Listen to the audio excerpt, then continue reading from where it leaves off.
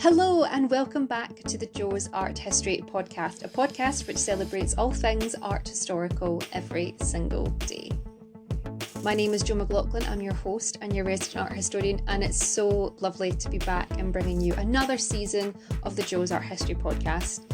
Before we kick off, I just want to say thank you so much to everybody who has listened to the podcast so far and who has actively got involved over social media or emailing me to tell me how much you're enjoying the podcast, and also a couple of people that have written in to give me episode recommendations. But it's always so lovely to hear from you. Thank you so much. And yeah, like I said, I'm excited to be back and bringing you a brand new season of the Jo's Art History podcast. So what better way to kick off season 2, I thought, than bringing you the follow-up to probably one of my most requested and engaged episodes. This is Famous Art Cameos in Movies, Part 2. Now, you may or may not remember, I have done a Famous Art Cameos in Movies Part 1, which was released, oh my goodness, about January of 2020, so it's episode 16. So if you haven't listened to that, please feel free to go back and listen to this, but you don't have to listen to it in order to sort of follow on what we're going to do today. But it's the same principle that applies. My sister and fellow illustrator and artist, Nico McLaughlin, aka Nico Paws, is back in the podcasting seat with me this week, and we discuss 3 artworks each which appear or have famous cameos in movies which I'm more than definitely sure you will have heard of. You might not have seen them, but you've definitely heard of them. Just to be perfectly transparent with everybody, this is actually the second take of this episode, as we had a little bit of a recording disaster. I have absolutely no idea what's happened. We were about 45 minutes into recording this and my internet completely died, and then my phone died, and then those two things together meant that my recording is lost somewhere in the world, and I don't know where it is as much if we tried to recover it, so we've had to record this again.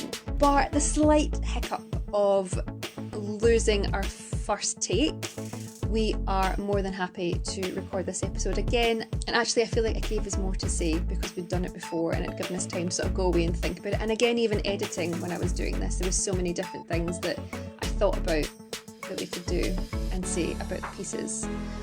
Now, because of that, the episode was nearly 2 hours long, and I just thought it's not fair to ask somebody to sit and listen to something for that length of time. So I've tried my best to split it as fairly as possible into 2 parts. So this is only part 1 that you're listening to, and part 2 will be released on exactly the same day, straight after this. So sit back and relax for the first instalment of part 2 of Famous Art Cameos in the movies. Enjoy.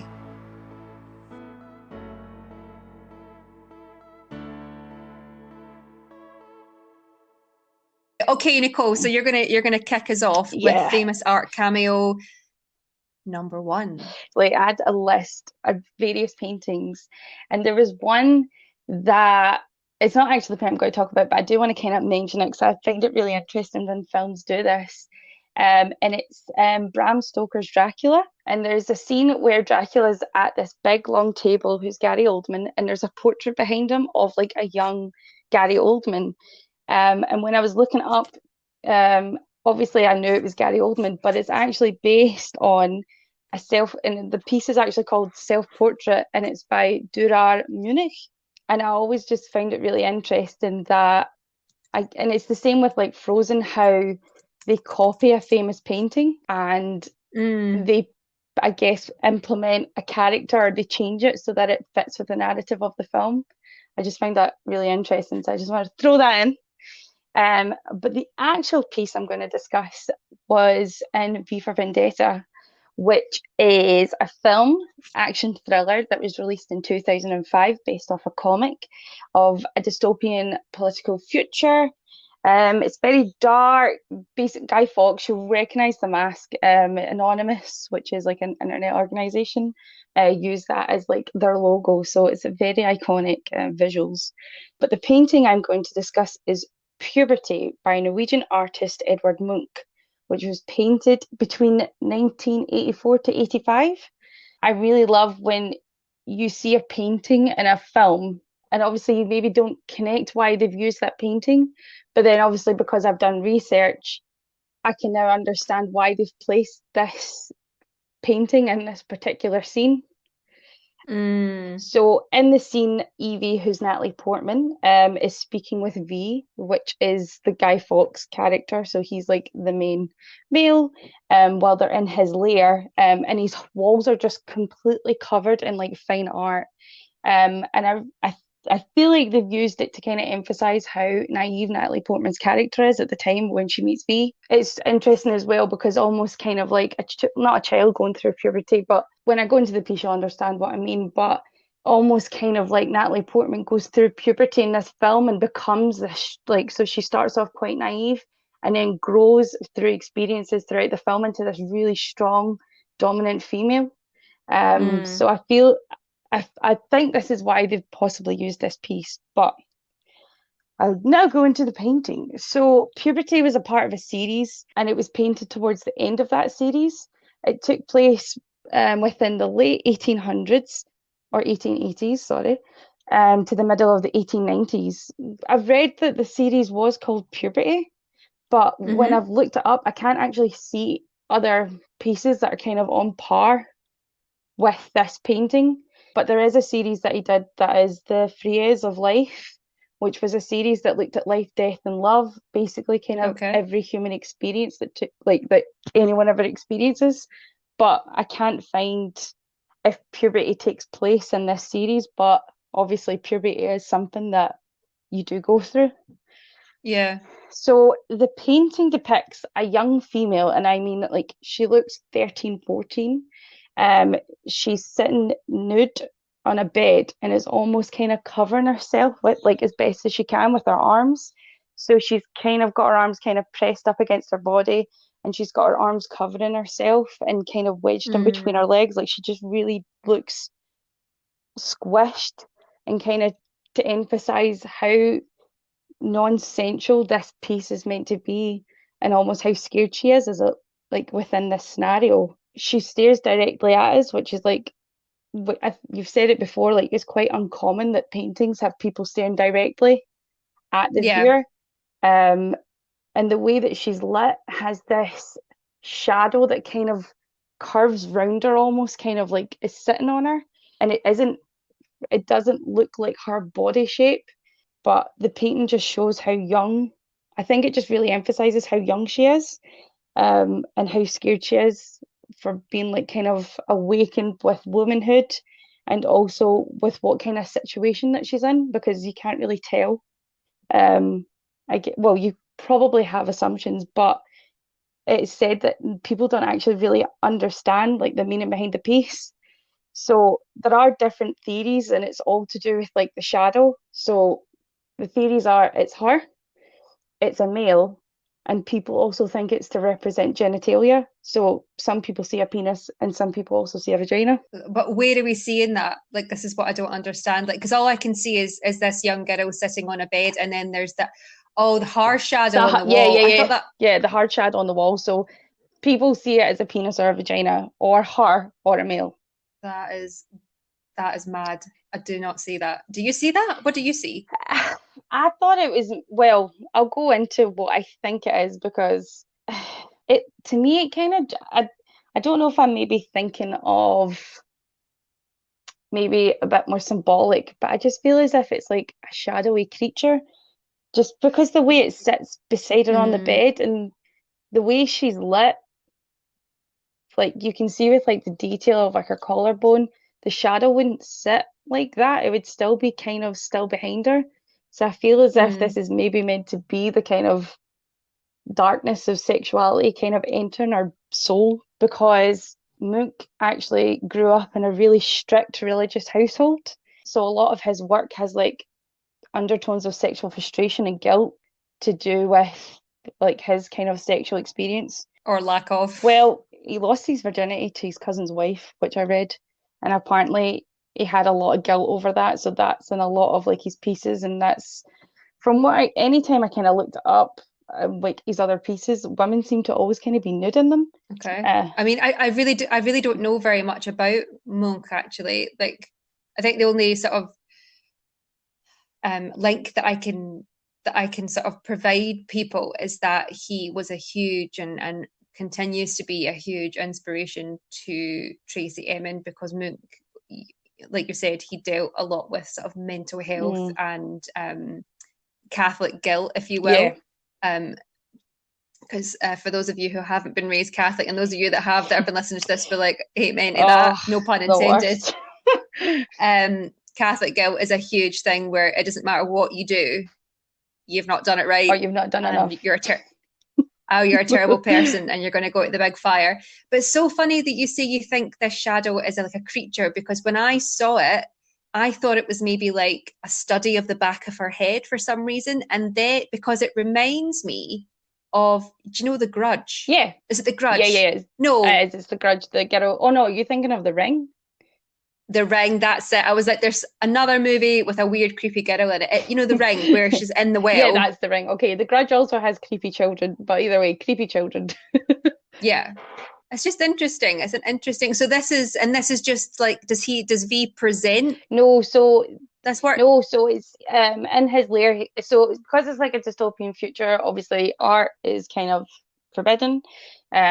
So he has confiscated and stole all this fine art, and obviously like discusses how it's like a complete crime that people can't see this stuff. So it's implied that he has the original.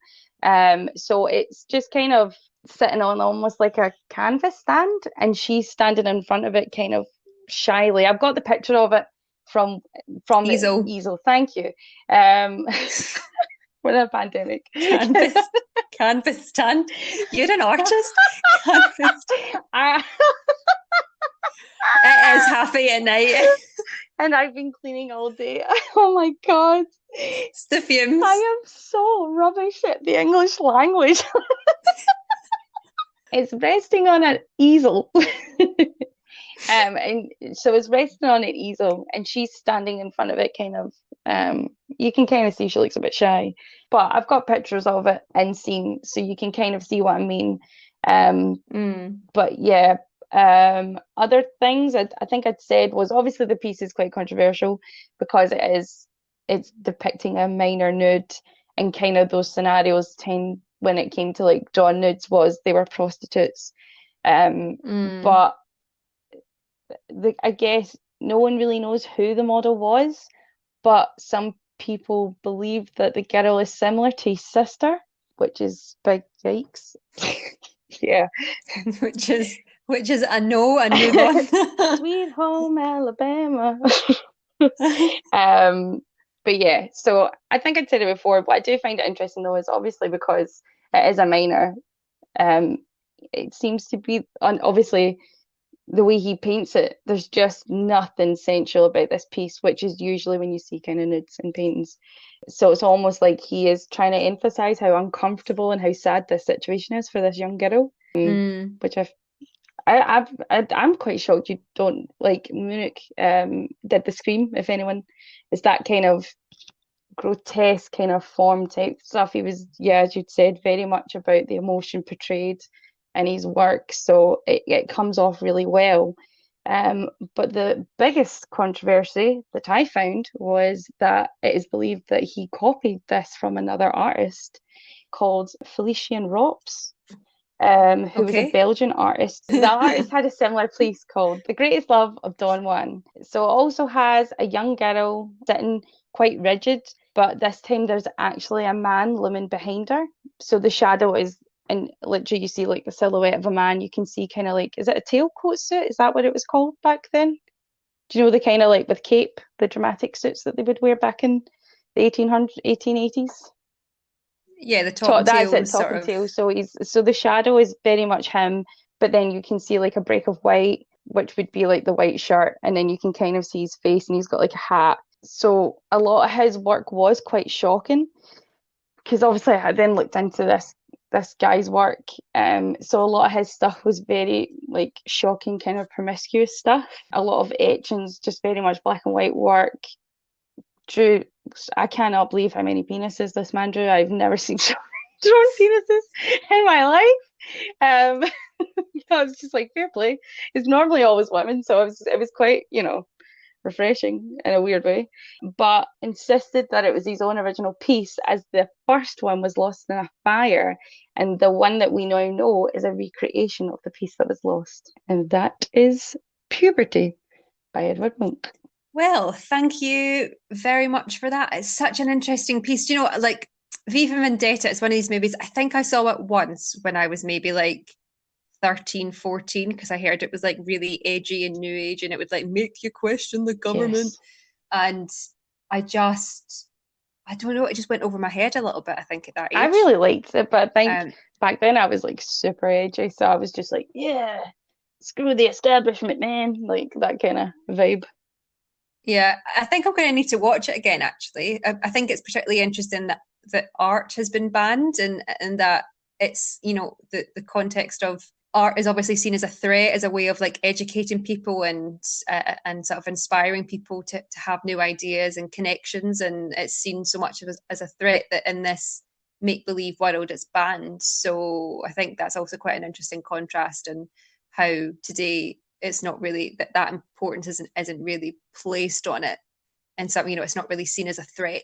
It's more of this sort of elitist thing. So how funny that it's been flipped in that narrative, because art is very important. Anyway, something to consider while you're listening. I'm gonna speak about something very different, and we're gonna kick it up to a little sort of a romance number.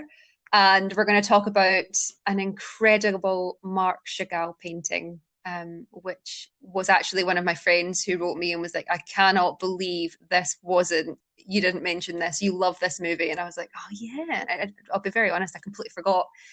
And we are going to be talking about La Marie, which is by a Russian painter called Marc Chagall. You've heard of Chagall.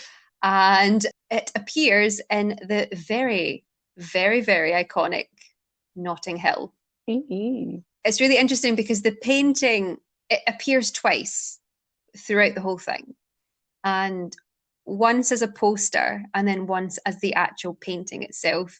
And it sort of links the two characters together. And it's just this very sort of subtle mention both times of the painting, and it stands for sort of their relationship and their love and their, I don't know, sort of trying to sort of trudge their way through the sort of murky waters that is finding your person and, you know, laying your soul bare. And I think it's a really beautiful painting. So like I said, it's by the Russian artist called Marc Chagall. Well, he's actually Russian-French. And so he was born in Russia, but he later he lived in France for most of his life. He kind of lived a little bit everywhere, actually, which is quite an incredible story. And he was granted French citizenship, I think, in the 1930s. And I don't know what, maybe that's why I've always assumed he was French. Also, he uses these incredibly vivid blues in his work. Everything's very sort of dreamlike. And La Marie is French for the bride, and it was painted in 1950. It's an oil on canvas, so it's a real life painting. It wasn't made up for Notting Hill, and it's actually in a private collection in Japan. Now, the painting was included in Notting Hill because the screenwriter Richard Curtis, who is also famous for such amazing movies like Love Actually and Four Weddings and a Funeral, as well as a whole host of other things, he really loves Chagall's work. And he chose La Marie in particular because, and I quote, it depicts a yearning for something that is lost.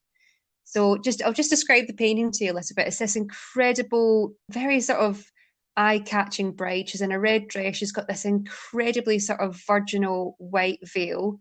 And she's kind of sort of floating through this very sort of weird, dreamlike town. There's a goat playing a violin.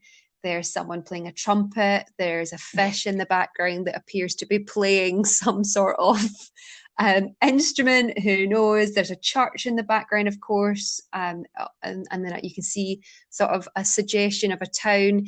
And then there is a gentleman who seems to be sort of unveiling the bride.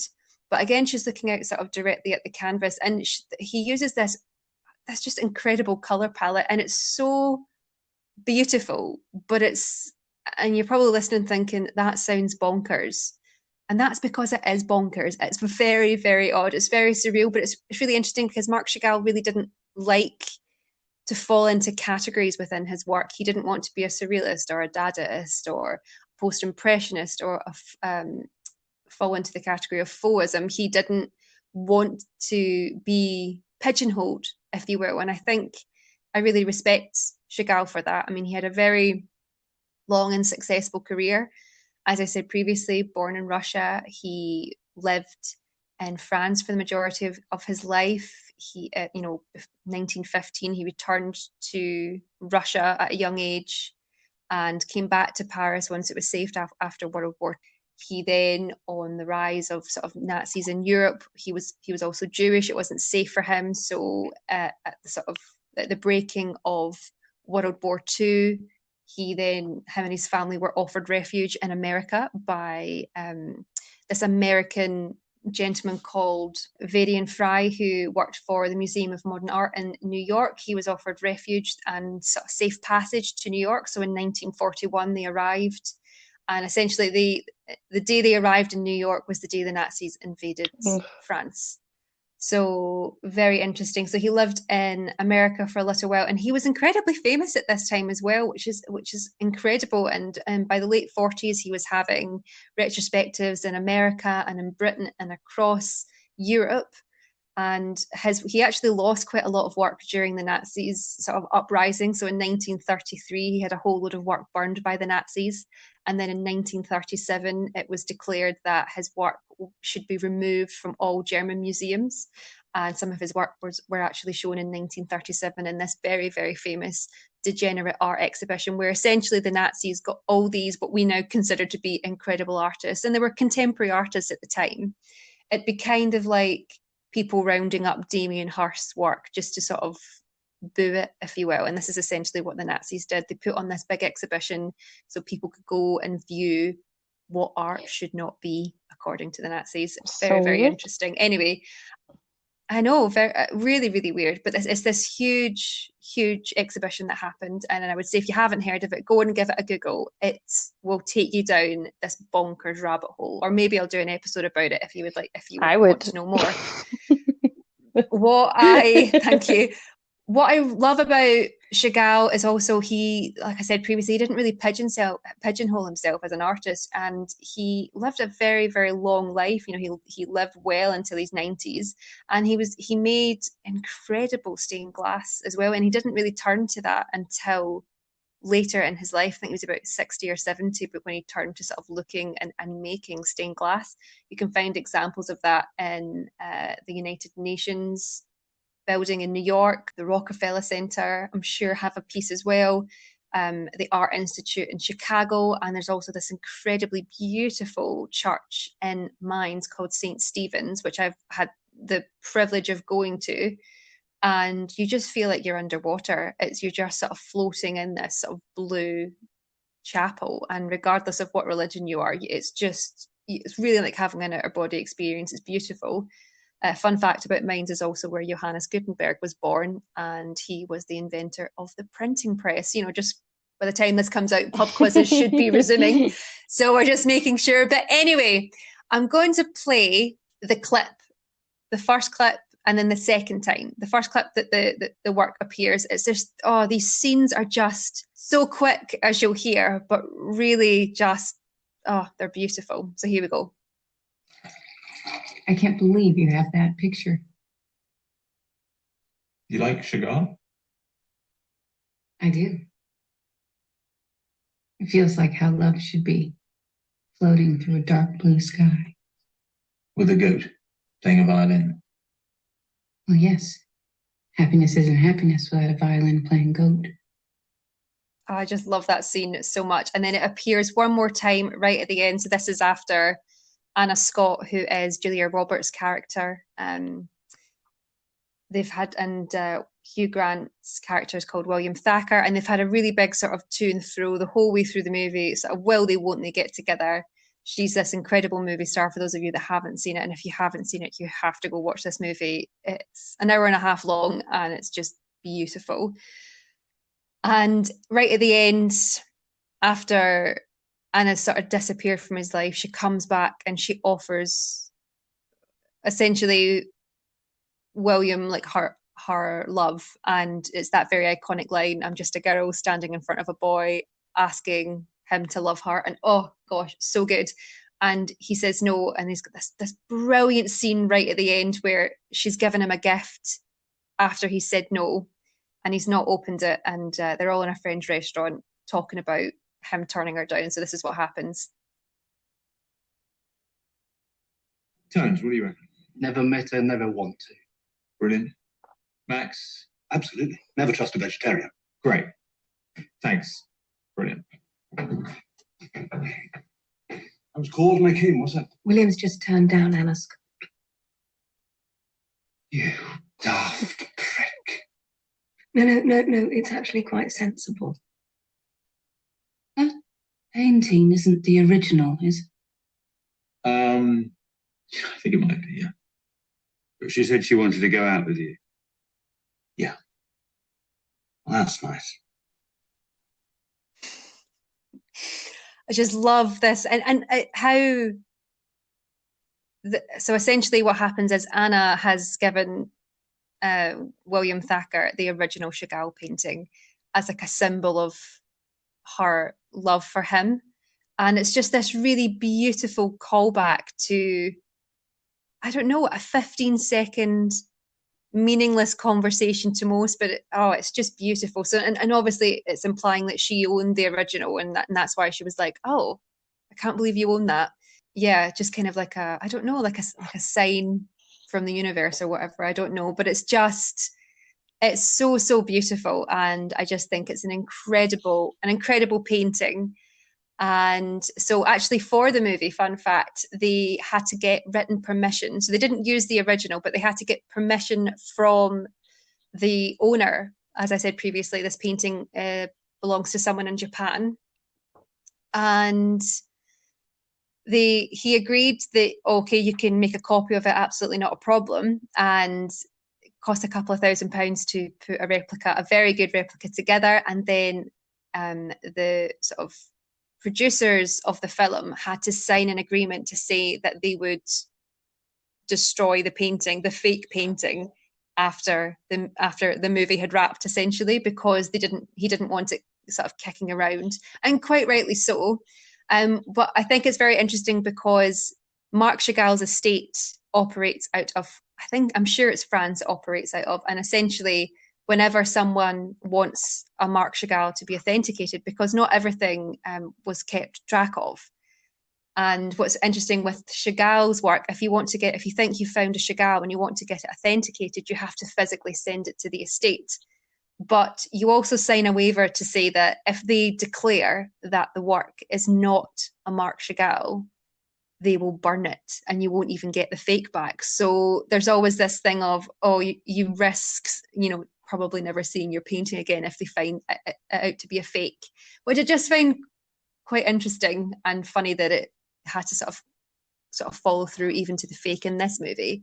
But yeah, there you are. That is La Marie from Marc Chagall in Notting Hill. Crazy that it was. I guess I understand obviously the principle because it's a forgery, but it's a shame because obviously the writer loved Chagall so much. And I guess this is possibly like the closest thing to the original that he was ever going to own. And the fact... Oh, I doubt that. No, Richard Curtis is loaded. Because he wrote many of the iconic British rom-coms of the time. Just when you'd said Richard Curtis, he wrote so much. I'm so shocked at how much he's wrote. But yeah, true. You know what? But it's crazy though. Yeah. But I think it's beautiful because when I think of, I don't know, because he also wrote things like Love Actually and Bridget Jones as well, and I don't think there's any art in that, but there is one thing that he co-wrote, and I don't know if he wrote the movie for it, but he co-wrote one thing that I'm going to talk about later. But we will swiftly move on. Okay, Nicole, so what is your painting number So my next 2? painting is it's from one of my favorite Disney princess movies, which you actually pointed out to me to do, because I never realized it was a real painting. But it turns out it was. So the movie is The Little Mermaid, and this is not only, as I said before, it's like my favorite film. It like made me obsessed with mermaids. It very much made me have red hair. But it's the beginning of the Disney Renaissance, and it's what actually saved Disney from bankruptcy, fun fact.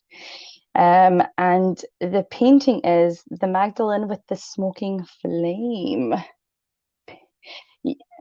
Yes, This is thank a you for beautiful honestly, painting. thank you so much for showing me, because I would have never have caught that this was a real painting just because it's an animation, even though just kind of like with Frozen, I keep bringing it back to Frozen, iconic, but like how they, I guess maybe the same thing, kind of took a painting and put a twist on it just for maybe safety. I don't know maybe why they did it, but yeah, this pretty much is like the spot on painting, which is quite interesting when you kind of read, like, look at the subject matter. Yeah. So, you see the painting in Ariel's grotto, when she's singing "Part of Your World." It's when she sings the line, "What's a fire and why does it? What's the word? Burn." She touches the flame, so it's that painting, that she refers to. So, as I said, it's Magdalene with the smoking flame, painted by Georges de la Tour. And it was painted in 1640. And I got the pronunciation right first time. Yeah, You she's done did. her Well homework. done. No, Exactly. no Normally, editing I have to needed. go There into we a room are. and I have to play Google Translate, which you told me that fun fact. And then I hear it, and then I have to say it probably like 5 times because I always mess it up. But one take, baby. So this piece shows a young woman is sitting in quite a dark room, but it's lit by a single candle, which she's staring directly into, and she's holding a skull on her lap. I'd said it with the V for Vendetta piece, like when you learn about the painting, you completely understand why they've used the piece. It reflects it in different ways and has nice little meanings behind it, which I think is quite nice. I guess to include it in this film. So the painting has two meanings. The first one, maybe kind of hints more to the book rather than the film. The female in the painting is like really deep in thought, and she's got a skull on her lap. So the symbolism behind this is that she is in deep contemplation of death, or even as a death is an illusion, as she's kind of staring into the reflection or staring into the candle, kind of like another world. Oh, so like Ariel wants to be a part of the people world, and this woman apparently wants to be with the dead world. So the skull's in her lap, which obviously is kind of a representation of death. So like if you've not read the book, in the book it's not all sunshine lollipops like Disney represented it. It's actually really sad, and Ariel actually dies at the end of it because the deal is if she can't get the prince to fall in love with her, she'll be turned into sea foam, which essentially just means she'll die. And she's actually unsuccessful. She loses, kind of the way The Little Mermaid goes, where Vanessa, i.e. Ursula, kind of hypnotizes Eric. This time it isn't Ursula, it's another person that he falls in love with. So she is not successful, and by the third sunrise, or I think it's when the full moon hits the water, she turns into sea foam. But yeah, so that's that kind of symbolism. But the style of this piece is really traditionally Catholic Baroque. It has more symbolism, which is heavily religious rather than metaphorical death and symbolism and kind of hidden meanings. It's very much, when you look at it, it's very much on the nose. You can see it's a very religious piece and painting. So the Magdalene was actually a biblical fishing village, which I would say is the nod to the movie as it takes place in the ocean. But visually, the model is meant to represent Mary Magdalene. And who is Mary Magdalene for people that Like don't Jesus' that might not have heard girlfriend? that? No, she was a prostitute that Jesus. Did she bathe him in oil? You always make fun of me for how I don't really know biblical stories because I hate religion. She washed She feet, that's it, in oils. She washed his feet Well, I don't know, and with dried hair. it with her Okay, well, hair. maybe this is why she's got super long hair. With her With hair. her hair. With her hair. Fun fact. So, Mary Magdalene is a prostitute that Jesus, I guess, didn't look didn't look down upon, is what I mean. And oh my God, sorry. Mary Magdalene was a prostitute that Jesus didn't look down upon. And then she soon became a follower, and I'll say DaVinci Code theory was actually Jesus's lover, and had a baby. But obviously that's DaVinci Code stuff. That's not legit within this painting, but I just always have to have a like callback to DaVinci anytime I do one of these episodes. I love them. So as I said, so she's sitting and she's looking at a flame. So on this flame, on the table, is two books. So one is definitely a Bible. There is a cross on the table, and there's a rope on the table, which I originally thought was a noose, but it's similar to the rope that's tied around her dress, like the bottom half of her dress, or the skirt, I guess. So I don't know what that rope means, but apparently it's similar to the one on her waist. And then the skull on her lap, that I'd mentioned before, which was the kind of symbolism of death as an illusion, is actually meant to represent the death of Christ. Well, that makes sense to me because there's obviously, there's the wooden crucifix, and it's important to note that the crucifix that is depicted is wooden. It's a very sort of bare table, and of course, at this time, when was this painted? Yeah, so this is very sort of typical, like traditional bare scene. One of those books definitely has to be the Bible because books were so expensive and only wealthy people really. And it's so really mental to think that, because what the Bible is like, what the most owned book in the world now. Yeah. Well, I think it's still the like one of, or if not the most sold book. So why is year the wooden on year cross an important? Is there like symbolism with the wooden cross? Symbolism for the wooden cross is that Jesus was crucified on a wooden cross, and that people were, like saying that, they have splinters from the cross and things like that. That's, and these have now become like relics. I think Notre Dame, it's either they have that or the crown of thorns, or apparently the crown of thorns, that they like have a shard of the cross. Yeah, apparently so. And these are now a lot of big cathedrals and churches, particularly in Italy. They have all these treasures of Christ and or saints that are attributed to being the the robe that Saint Francis wore, or the shroud of Turin, for example, was supposed to be the cloth that his Christ when he fell, his face was wiped with, and he left an imprint of his face on this cloth, which apparently now there's like people six were of just them like another all over the world. Slamming out his face when he's on the ground. No, it's really funny though, because my friend Emma and I, Nicole, Emma, of course, we were in Krakow, and we went into this church to see a stained glass window, actually, because I was like, oh, this stained glass window is supposed to be amazing. And we went in, and there was just this little sign that was literally just like printed, and someone had like whacked through a laminator, and it was the face of Jesus. And then we went into this room, right? So, talk about a big build. It's like Jesus' face this way, like in Sharpie. Literally. And Hannah and I had no idea what was going on because it was all in Polish, but it was all these people kissing this glass with this piece of cloth behind it. And her and I were like, what is like people like weeping, kissing this glass.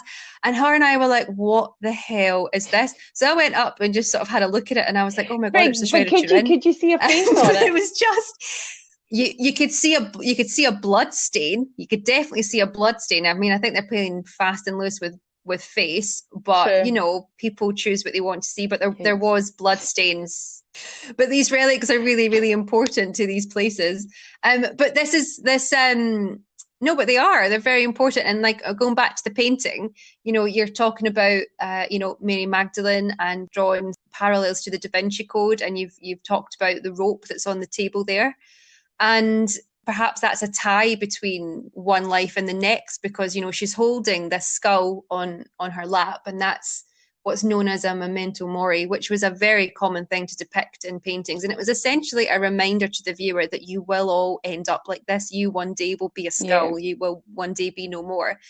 But what I think is very interesting about this painting is how the light hits the figure and very much highlights, if you will, the fact that her stomach is swollen. And I think that the rope has also helped sort of cinch that in. So there's a tie there between the living, the dead, the soon to be.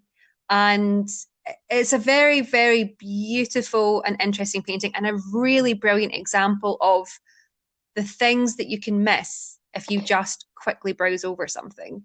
And it's so interesting. So I think it's really interesting also to see that if it is a nod to Mary Magdalene, then there's also a nod that this perhaps the painter or the patron, whoever commissioned this painting, believed this, that there was the body of Christ somewhere, you know, the son of Christ or daughter of Christ somewhere. Oh, via Mary okay, I get Magdalene. it.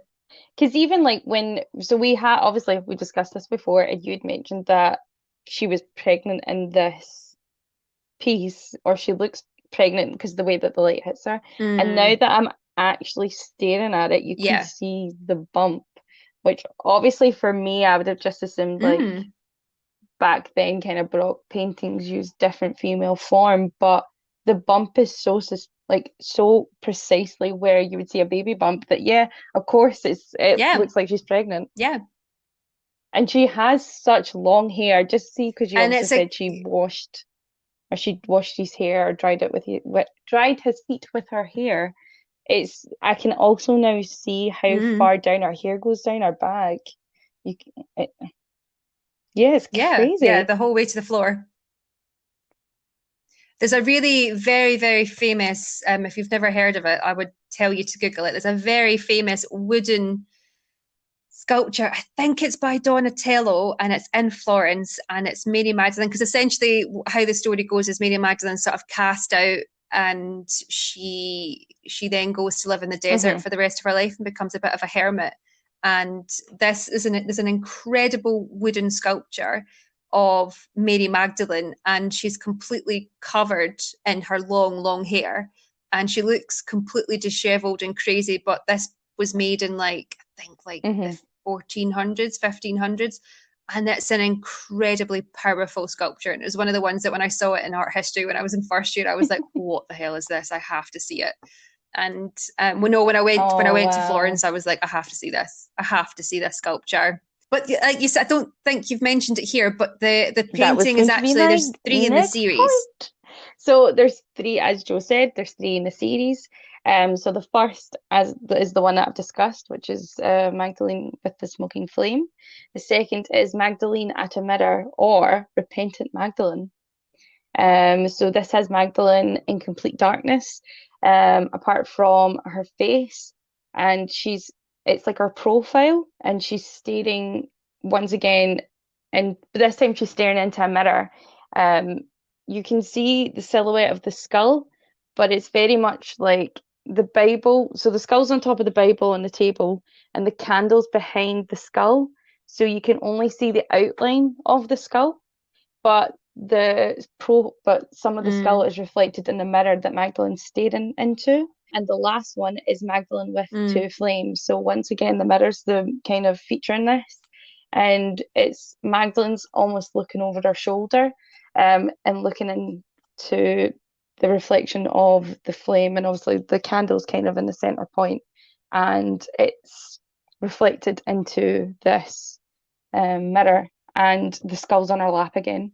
What I actually really like though is the flame is the focal point in this piece. It's nothing to do, like, it's not to do with Magdalene, and even how 100%. it's painted, like, it's so not yeah, I feel like it's quite cozy, even though there's like a skull in it. I just feel as if it's just quite a peaceful painting, and you kind of just get drawn into the flame, and then you would naturally just kind of look at Magdalene, and then just kind of go, oh, I wonder what she's thinking about, and then you look down and see the skull. So it's just this paint. It's so weird how it just takes you on this really ununiformal kind of journey of what you would look at in this painting. Whereas normally when there's a person in a painting, that's the first thing you would look at, because we're drawn to I guess, similarities. So if we see something that looks like a pair of eyes and a nose and a mouth, we'll naturally look at it. But in this one, it's literally the fire. So we are kind of almost doing the exact same thing that Magdalene does, which is stare into the flame and contemplate, like, what is this about? Yeah, I think that's beautifully put. What I also love about this, and I think it's important to point out, if you're comparing the one that we spoke about to begin with and now this one, her setting has changed. You know, the flame is reflected in this very beautifully and heavily gilded gold mirror. She now has an actual candle on a holder, whereas before it wasn't. Changes. There's pearls that are on the table. There's jewellery on the floor. She's wearing her shirt properly now. It's not sort of falling off her shoulders. And the skirt that she's wearing, although still red, has these beautiful sort of gold and silk suggestive highlights. And this, to me, perhaps it means that this woman has found a partner, has found someone that will take care of her and her child. But it's very, very obvious in this one that there is a bump, and that she is pregnant. And that the skull is again placed there as a reminder that, I don't know, perhaps to remind you, regardless of what you own, in the end. We're all made of bones. But yeah, well, there's two things everyone will go through: birth and death. True. Well, sorry, some people don't make it to that, Nicole. That's right. It's such an interesting series of paintings, and I didn't know anything about the series, so thank you. I've really, really enjoyed sort of looking at them with you, and just wondering why. But I do think it's very interesting that there's a sort of link back to a fishing village. I do think Disney are really clever at that, and just to show that they've always placed these little Easter eggs well and things. Thought out. Nothing's just a fluke. Like, it's that, and it's such a beautiful nod, I guess, to art history, because any kind of art piece they use, there has to be, well, there is, like when I discussed it with the Frozen one, there is this symbolism behind it, and it is very beautiful. Also, if you want to see this piece, it's actually in the Louvre. Yeah, and there's actually two versions of the same piece. So you can find the other one in America, Los Angeles County Museum of Art. So there you are. So for my listeners over in America, to the County Museum of Art, and then if get yourself to listeners, go to the Louvre, you lucky there bums, we go. To see this piece. But 100%, when we can travel, because we will be able to travel, hopefully in the near future, hopefully soon, we're 100% going to Paris to see Lisa and go see Magdalene.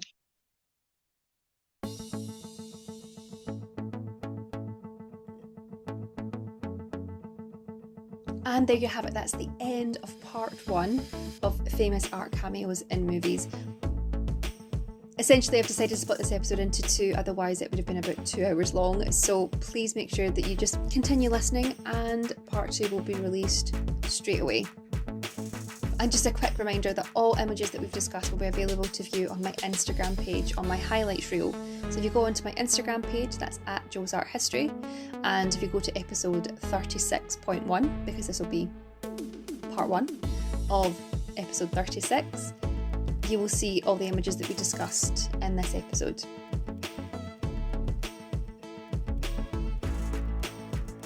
If you'd like to get in touch and discuss anything you've heard so far, feel free to do so. You can email me, joesarthistory@gmail.com, or you can get in touch via Instagram. My DMs are always open. So please don't go anywhere. Episode 36 Part 2 is coming up right now.